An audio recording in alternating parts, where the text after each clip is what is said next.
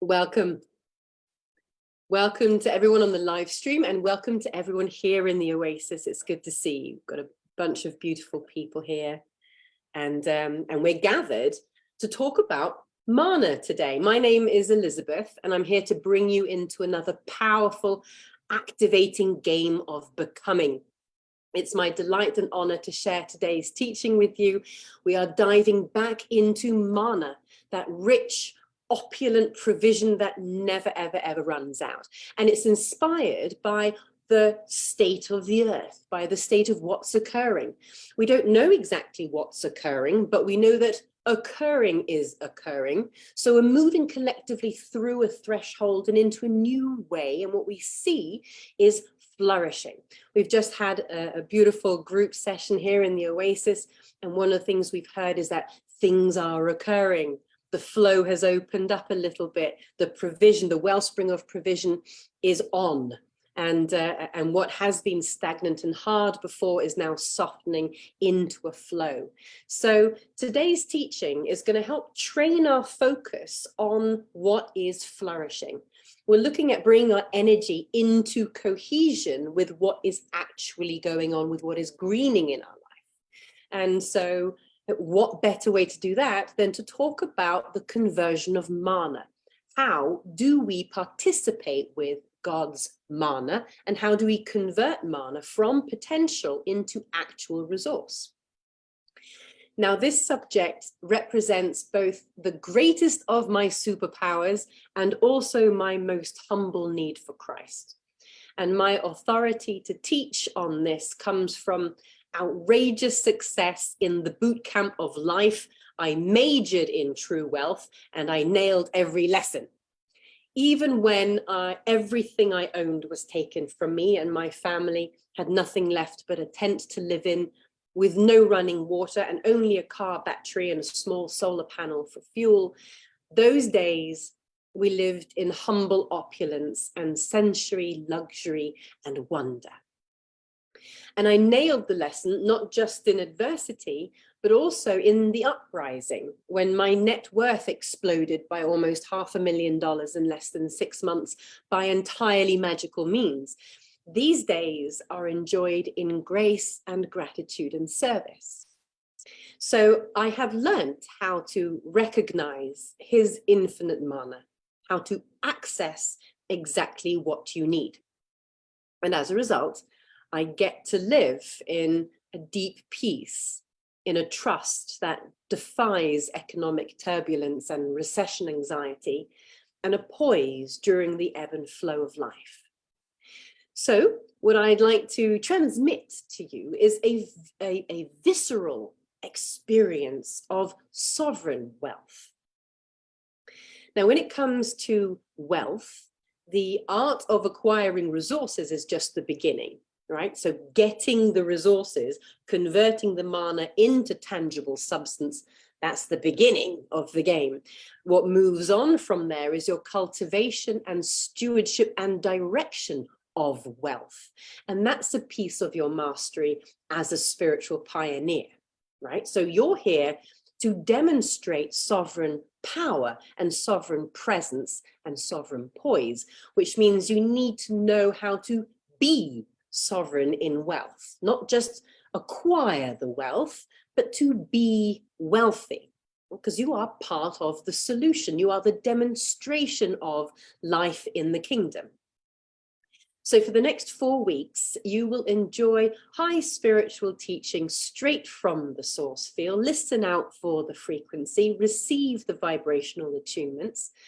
And then in the group work, for those of you in the Oasis, we're going to be sharing rich resources and techniques to improve your relation and experience with true wealth.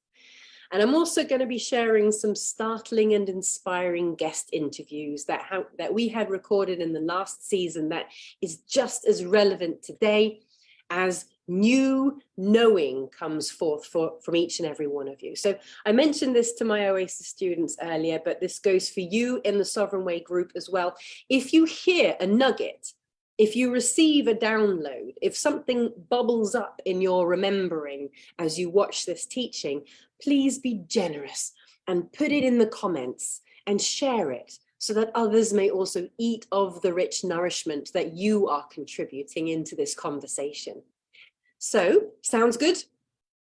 Sounds good? Yes, we're going to do wealth this week. And for the next 4 weeks, good. Hey, if you're watching this in the live stream, drop an emoji or a one-word comment to encapsulate wealth, something that means wealth to you. Drop it in the comment section as a spoken commitment that you're in the game. Got it? Okay, here's what we're getting up to for the next 4 weeks. Week 1 begins today. What is mana and how does it work? Good, the emojis are coming in. I love this. What is mana and how does it work? You're going to walk away from today understanding the metaphysical mechanics of converting mana into manifest resource. And then week 2, that's next week, we're going to go over the biblical principles for stewardship and magnetism. So we'll understand the significance of spiritual law and how to apply it for wealth generation and legacy impact. Yes, we know you're an infinite spiritual co-creative essence, but righteous structure is important. Why? We'll find out. And then week 3 is opulence. We have on the call some experts in opulence. In fact, Kat, who's on the call, she was our guest speaker, our guest expert on opulence the last time we did this series. And Kat, I bet you're going to give us some goodness in the group as well. But what we're going to be focusing on is cultivating that luscious sensuality of infinite abundance and experiencing the visceral sense of belonging that comes from divine provision. You're not only holding wealth, you're held in wealth. So we'll really tap into the elemental magic of mana. And then in week 4, to cap it all off, we'll talk about magic and money, which is really what is the truth about monetizing your spiritual craft, or turning your spiritual craft, your idea, your service, your devotion into a provision of exchange, into a way for you to participate and interface in the marketplace. So this is a perfect lesson for spiritual influencers and practitioners and entrepreneurs. Okay, excited? Do you already feel it? Yes, good, good. Okay, let's start with some housekeeping rules. First, what happens in a game of becoming? Becoming happens. And what if the becoming is sovereign relation to wealth? True wealth becomes. So in this game, we are becoming truly wealthy. So here's 3 rules. Is it 3? Let me just scroll through my notes. No, only 2 rules. Okay, you're going to get off easy. Number 1, when you earnestly follow along in a game in the sovereign way, you're participating in a living game. This is a living experience like Jumanji. Real-time shifts occur because we're training our focus, we're training our framework of consciousness, and we're training our vibration, which means that real life shifts accordingly. So play at your own risk. If you're in the Oasis, you're supported in our group. We'll be doing group work together every Tuesday, Q&A after every teaching. We're doing live prayer and energy work, a lot of humor and fun. But the teaching themselves belong to God. So you're welcome to watch for free in the group or on YouTube. But just be mindful that to shift big, we need to shift together because we each bring a piece of the puzzle. And that's why we need small groups. That's why it's great to travel together. So please join the Oasis if you need a community to travel with. And then the second rule is pay attention. This is no ordinary law of attraction teaching. I won't be telling you about vision boards or positive affirmations. I will be teaching you spiritual law. I will be teaching you vibrational mastery and magic. So ask, believe, receive, that's a basic metaphysical protocol that I know you're all familiar with. So we won't spend a lot of time on that sweet milk because we're going straight for the strong meat. So let yourself be challenged by this series. And if you feel like you've heard it all before, well, then you haven't heard a single word. Be open to what's coming through now. Now, the best way to succeed with this series is not to try to process everything intellectually, because as much magic is in the transmission as is in the teaching. So sit back and receive, but be diligent and present and patient with yourself as you practice. So before we launch, let me introduce Sovereign for our first-time travelers. Welcome. We're very glad you're here. Sovereign is a non-denominational spiritual philosophy and theological model that consolidates magic, Jesus, and genius, and helps cerebral mystics and thinkers interpret the links between consciousness, energy, and manifestation. And it helps us to create poise and space of true sovereignty in which to play the enlightened life. And in the Sovereign way, we say that the journey to the kingdom has ended and the journey within has begun. So the ministry within our work is all about bringing you closer to the visceral, personal, and intimate Lord. And it allows a rapid ascension in consciousness within the merciful field of Jesus Christ. But we say that we are not here to ascend into a cosmic, intergalactic, celestial, transcendental enlightenment, but that the richness of the lived experience here and now is reality. And the real experience of ascension is a deepening dance with a high resolution lover. And that frees us from the need to escape from life, from our human condition or our shared infrastructure, or the oppressive forces of collective control, or Mercury retrograde, which has just begun again. None of that matters. None of those threats matter, because we're no longer spiritual seekers. We are sovereign and alive. And that is the basis from which we are working on in this series, exploring mana. Which means for you to get the most out of this experience, join me in making these 3 assumptions. First, you've already chosen to know that God is real and that spirit is very much alive. Second, you know you are in ascension.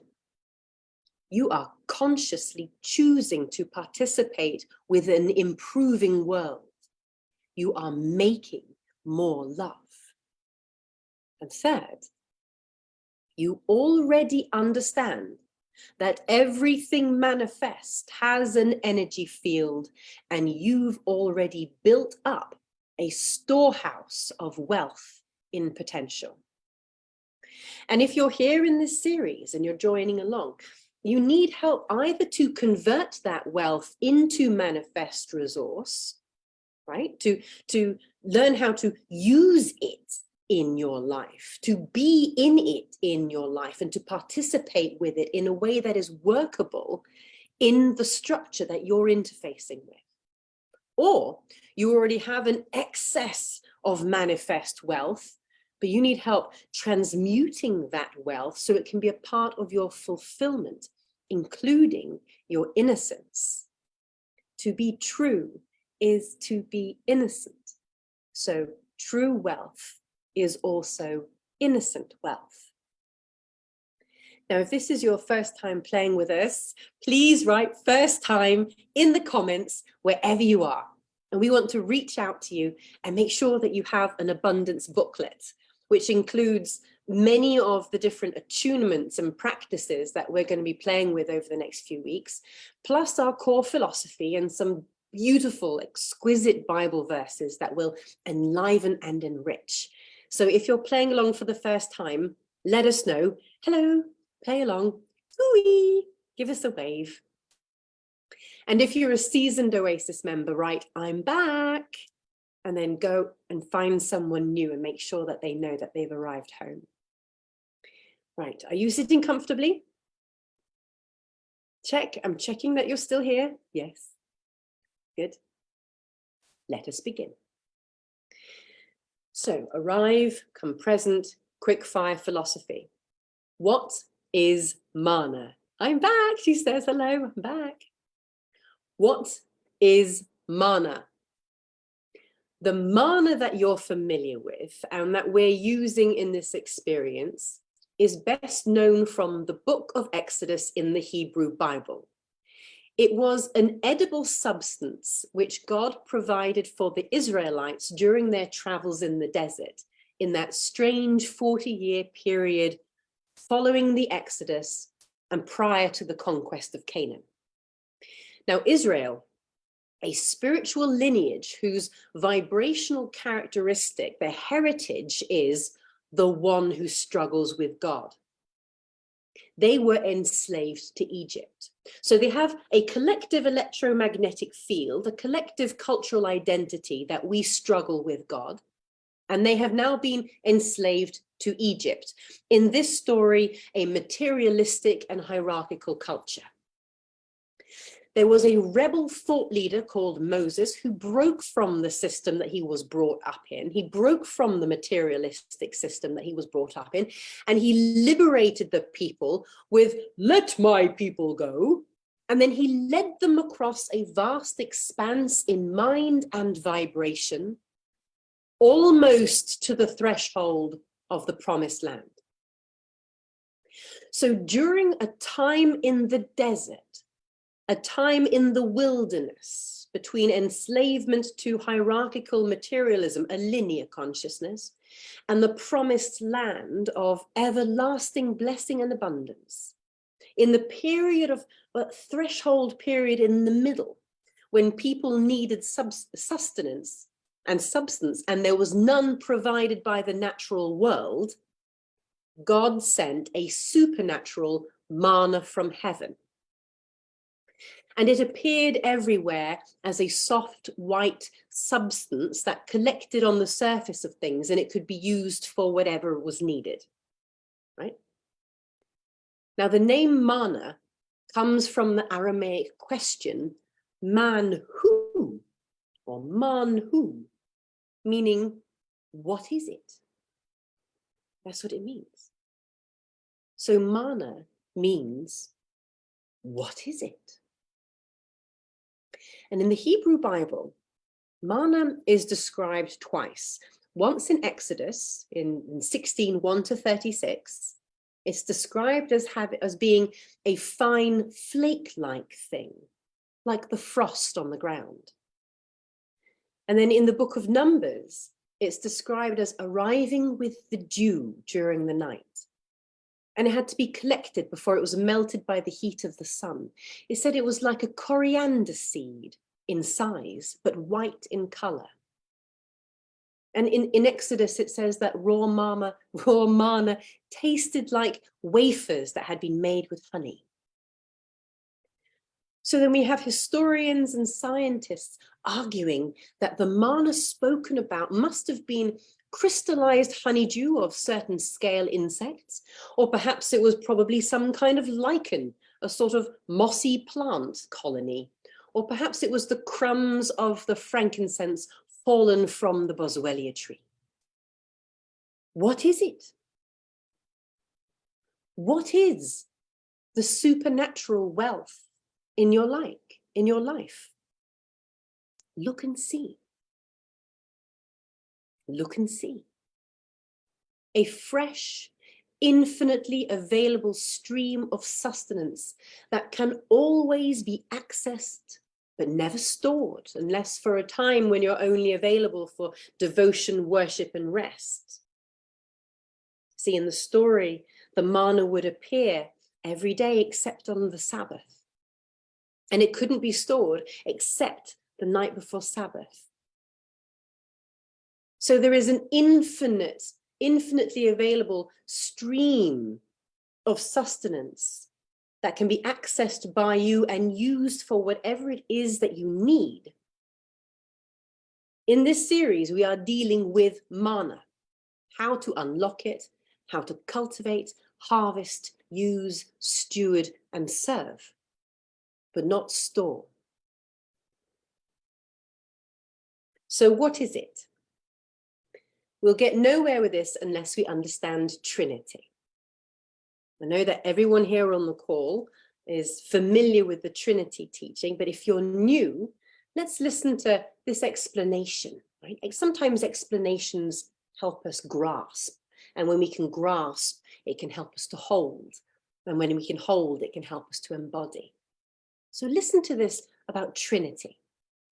Now, the entire universe can be simplified into three distinct elements or nodes of creation, if you like: source, spirit, and substance. Source being the greatest mystery of all, a preceding consciousness, a majestic knowing, the alpha and omega of what is. Now, to a human, we can know it as consciousness, as knowing, the seed of awareness, the preceding intention that is born of love. Let's call it Father. Its name is love. Its essence is love. And all that derives from it, which is all, is love. The second node of creation, so that's source. The second node of creation is spirit. And that's the dynamic characteristic of love. Here is God in motion, you could say. Proven in the 1920s with Einstein's unified field, a unified field of being, like a body of water in constant becoming. Source is, spirit moves, love moving. And then the third node of creation is substance. Form, particularized reality, where God is no longer potential, but fully actualized as something in the spectrum of frequencies of all things. Here is a thing. Here is a thing. A holy anointing oil, actually, this is. This is a bottle of holy anointing oil, and it is God's body. It is God's body. It is a thing made of particles. And we're going to be using the term adamantine particle, which is the primordial particle which precedes mass. You might know it as the Higgs boson or the God particle. And all mass derives from it. So if you're wanting a $100 bill or you're wanting a lover to dance with in the night, they are both made of adamantine particles. So source commands spirit to move substance. Imagine a vast desert. Imagine the Sahara and bring to your mind these gorgeous, rolling, undulating sand dunes, hills and swaths of sand. Trillions and trillions, infinite numbers of sand particles, all combining into a vast landscape that never stands still. It moves at the whim of the wind. So let's say that source is God's intention to blow the wind in a certain way. Spirit is the wind itself, the very breath of motion that moves the fabric of reality.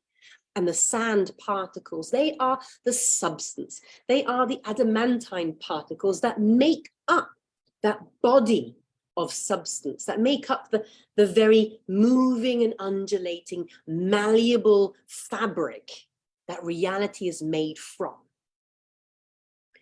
So mana then is a stream of unused adamantine particles, particles that have not yet become their derivative mass. They have not yet formed into nebulas or cheese sandwiches or traffic lights. They are unused, and they can be formed according to your loving consciousness to become the manifest resource that you most need. Now, your authority to command the particles of creation to become mana and take shape according to God's knowing of your needs, that authority depends on your embodiment. It depends on your enlightenment in the moment. It depends on your ability to know, I am that I am. And so is everything else. So that means that positive thoughts, imaginative visioning, these sorts of things are pieces of the mental hygiene that help your manifestation, but they are not the be-all and end-all. They are not the engine of manifestation, because you're not creating with your thoughts. Your thoughts are just providing the creative narrative that you're interpreting through. You're actually creating with your magnetism, with your electromagnetic presence.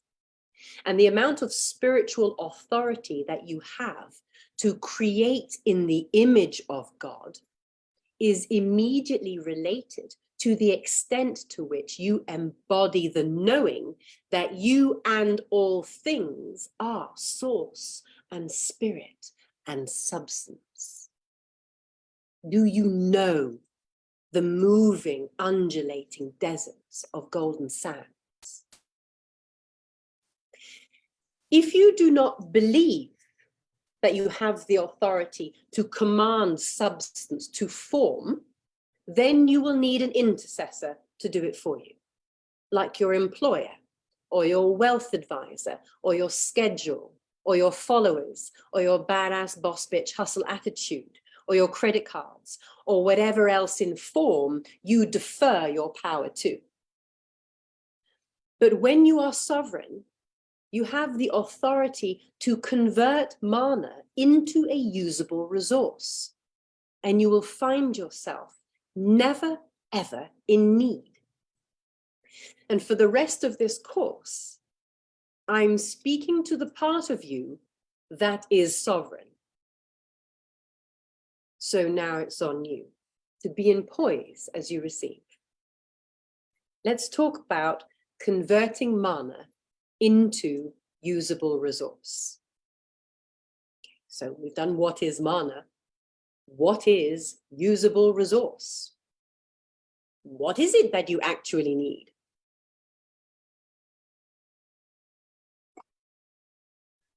You know, when God made the manna for the Israelites, he didn't make cucumbers. That's what they wanted.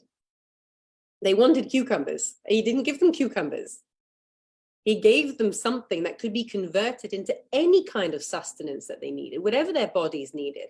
And all these different people with all these different needs could use this same resource, and it would provide them bioadaptogenically with what it was that they needed. But they wanted cucumbers.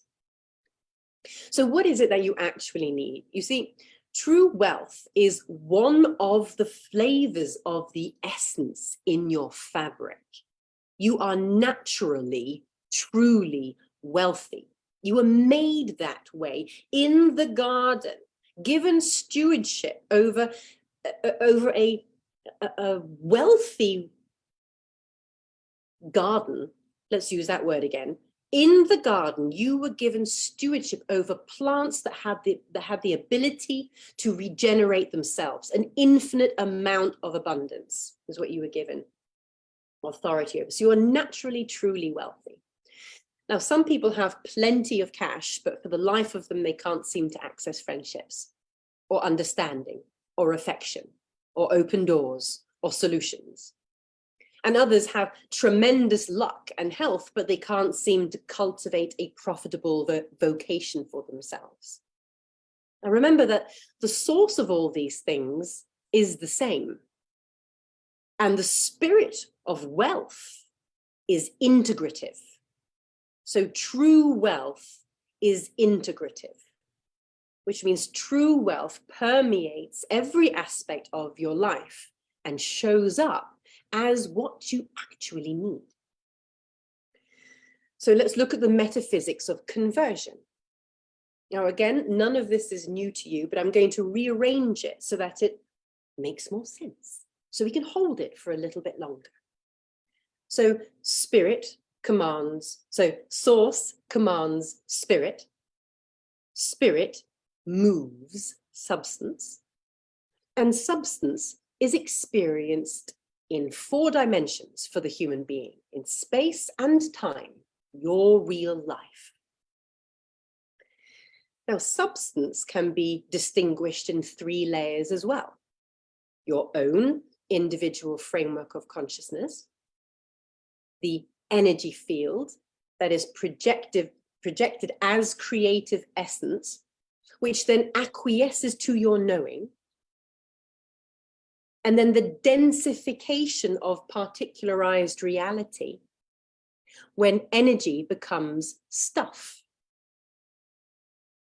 So we have a substance that is formed by your framework of knowing, what you know to be true, the core values that you base your life on, the beliefs and the paradigms that operate in your life, then the energetic output that occurs as a result of the sum of those data points in your consciousness, and the way that your manifest reality shapes itself according to the vibration that you're putting out.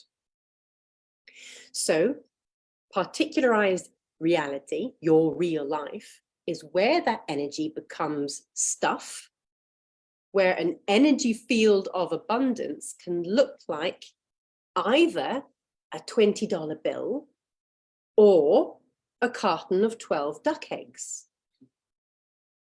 Here's a little bit from Matthew 6:19. It's called Lay Up Treasures in Heaven. It goes like this. Do not build for yourself treasures on earth, where moth and rust destroy and where thieves break in and steal. But lay up for yourselves treasures in heaven, where neither moth nor rust destroys and where thieves do not break in and steal.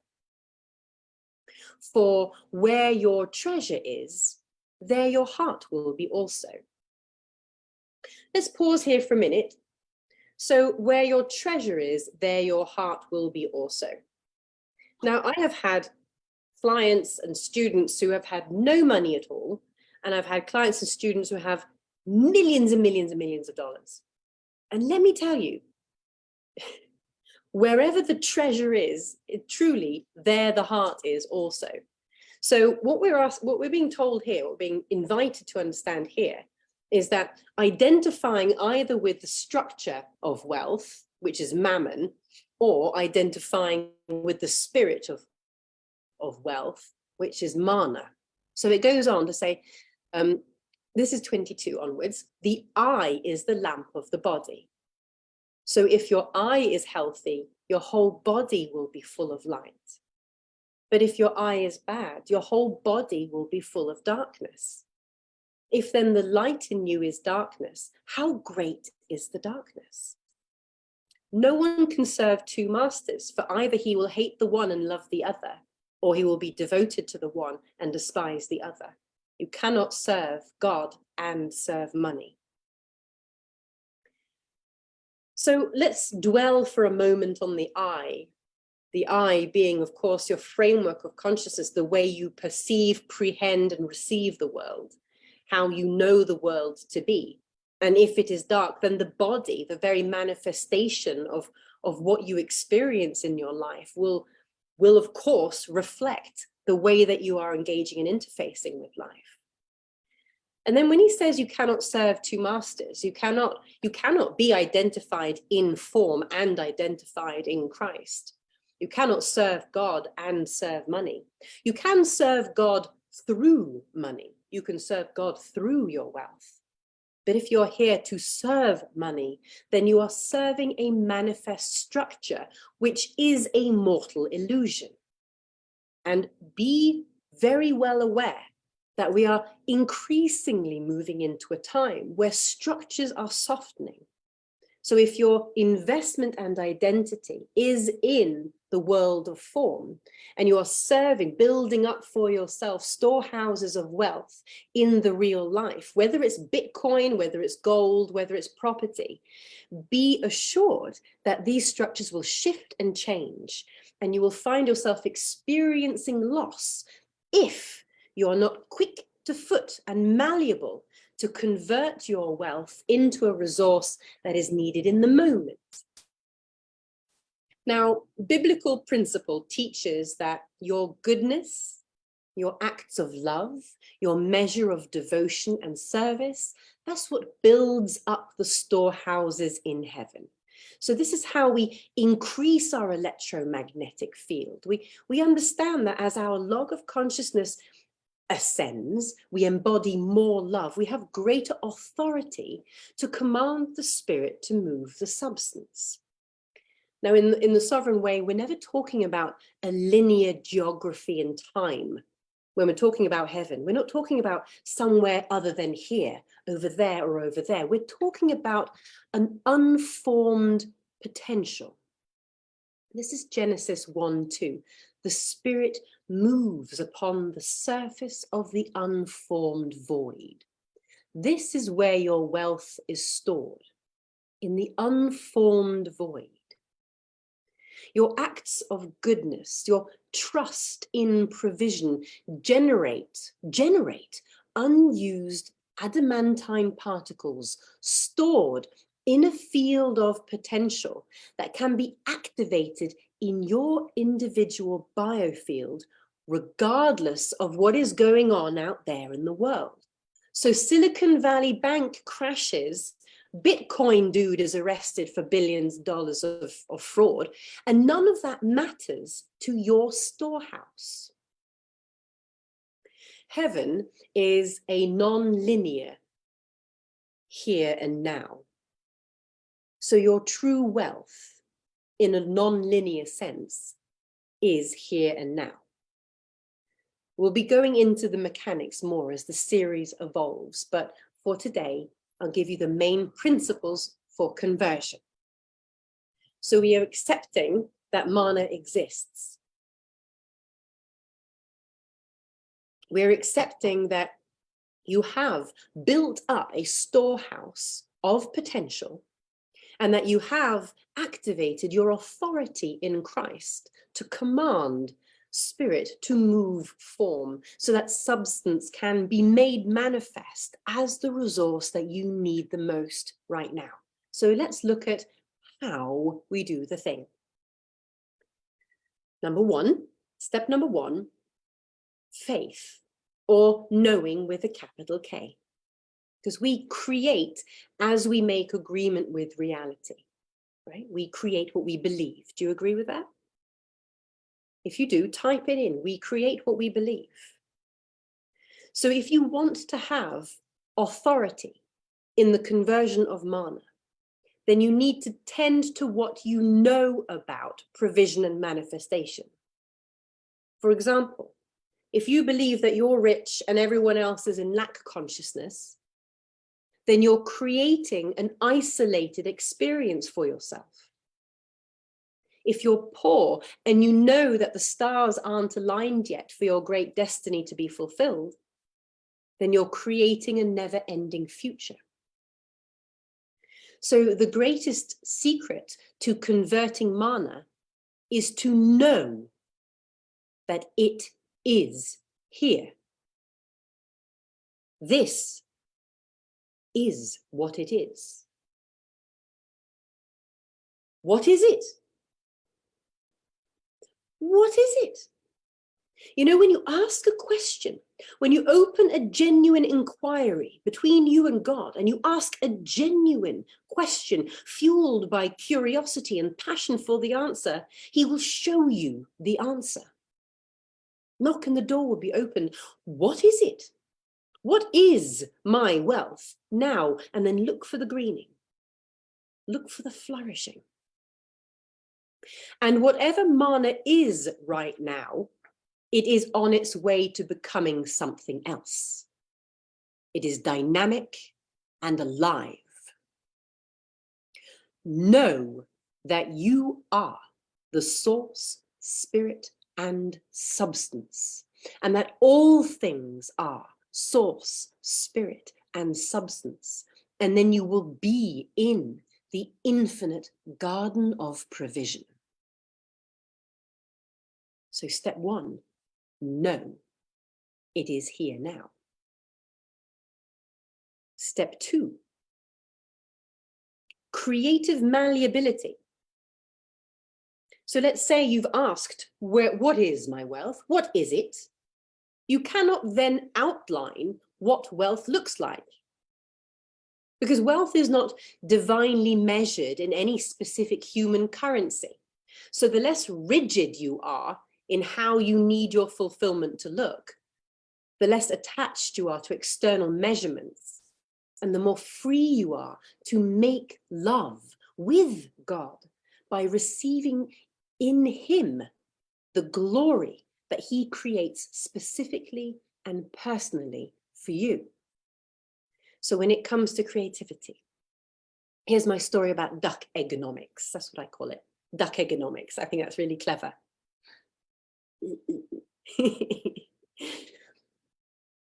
It comes from a time when my husband and I had experienced a failed chocolate business, and we'd lost everything and we'd become homeless, and we were now living in a tent in the outback in Colorado.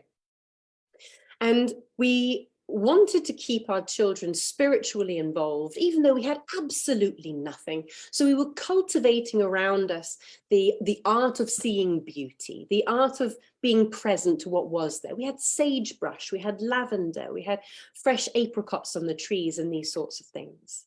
But we had absolutely no cash whatsoever.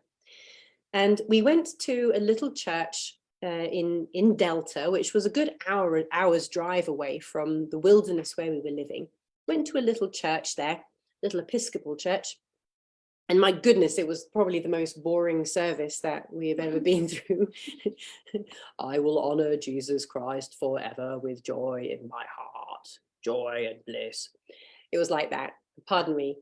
But the people were lovely. And after the service, I had the honor of giving a healing to a woman who was going into surgery the next day. She asked, would you lay hands on me and give me the healing touch and allow the spirit of renewal and restoration to fill me up from within so that I can be strong for my surgery the next day? Of course, I said, and I gave her the healing.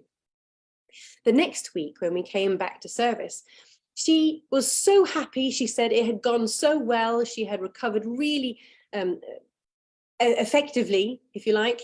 And she was sure it was down to this healing. And she gave me 12 duck eggs. So I took her 12 duck eggs. I said, thank you. So this was my payment for the healing that I had dispensed. I gave six duck eggs to the lady who owned the land that our tent was pitched on. And I took 6 duck eggs for my own family, and we ate them for dinner. Now, we decided we couldn't possibly go back to that church because it was just too droll, and we didn't want the children to associate spiritual development with boredom. So we couldn't go back to that church, even though the people were lovely. And instead, we went to another place. It was a Unitarian church, as opposed to the Episcopal church we'd been to. This was a different denomination on the other side of the place.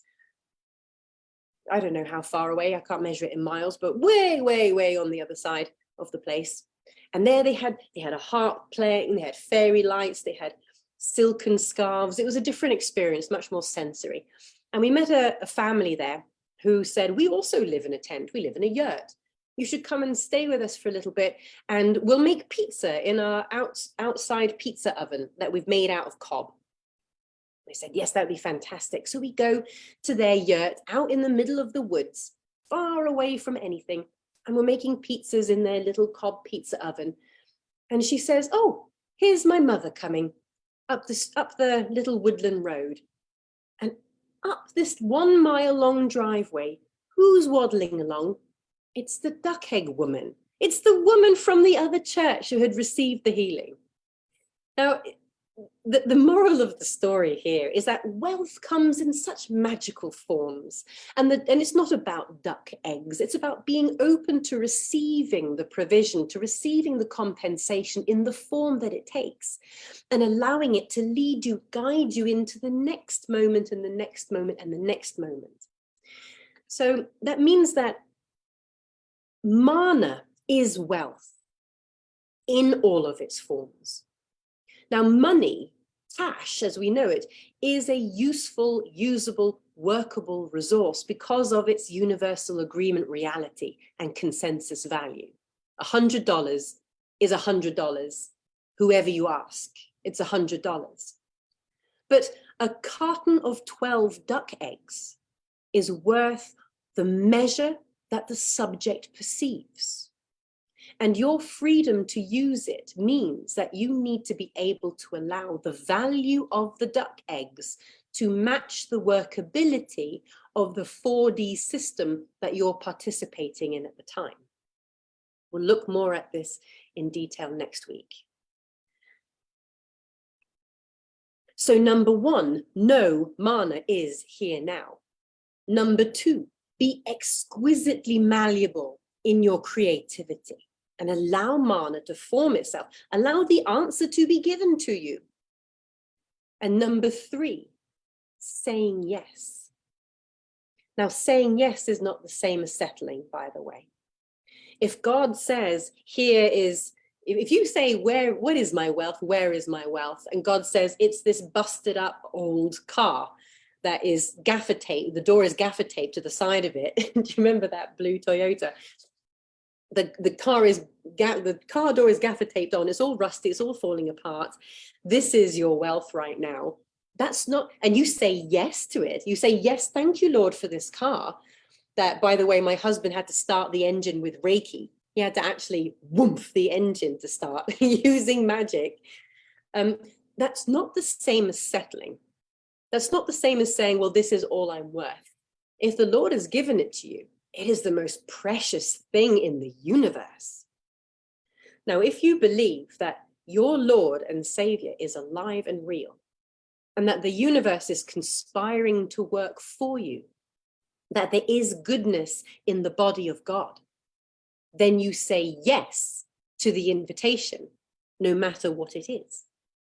If you're cynical and you believe that heaven and earth are separate, that the world is out to get you and control you, and that God is on the inside and not the outside, or on the outside and not the inside, then you will separate yourself from the spirit in form, and you will create a dualistic experience where you need to meet certain physical conditions in order to realize the manifestation of what you desire.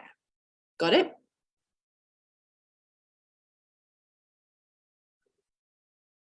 If you believe heaven and earth are separate, and that the world is out to get you, and that God is on the inside, not the outside, or on the outside, not the inside, then you will separate yourself from the spirit in form, and you will create a dualistic experience where you need to meet certain physical conditions in order to realize the manifestation of what you desire. That's powerful information. Because if you understand that God is all things, and the universe is already moving to your magnetism, then you will say yes to the invitation that forms, even if it doesn't look like the hell yes, or the perfect client, or the ideal paycheck, or the perfect home, because you know it is something on the way to becoming something else. Saying yes is not the same as settling. It is the same as allowing. Nor is it exclusive. If you say yes to this, it doesn't mean you're saying no to that. It is a process. Unfolding is a process. Manna becoming is a process. Yes to this opens yes to that. So keep your eyes on what is greening. And when you ask, what is it? Don't keep staring at what it's obviously not. What is emerging? What is flourishing? What is greening in front of you? And lean in that direction, because there is your opulence. And the final piece is allowing, receiving, humility. Humility is a big part of the true wealth game, because if you are not humble, you cannot allow. And if you cannot allow, then you will not receive.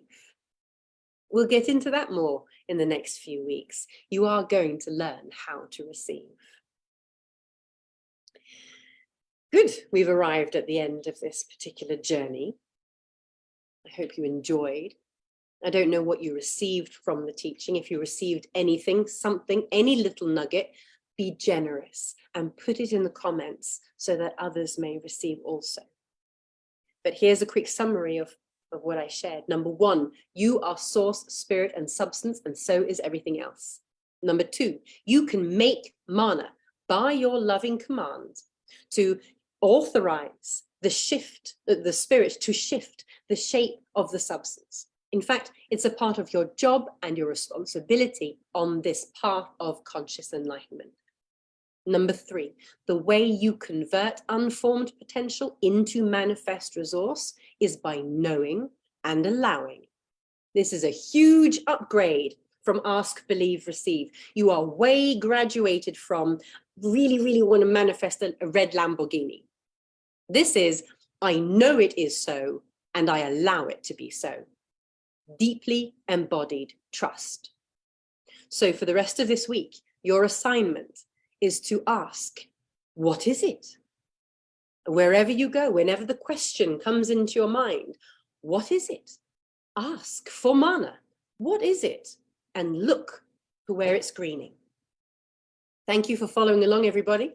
Now I close the live stream and I open the doors in the Oasis, and we'll have a nice old chat round the table with the Oasis students. Thank you again.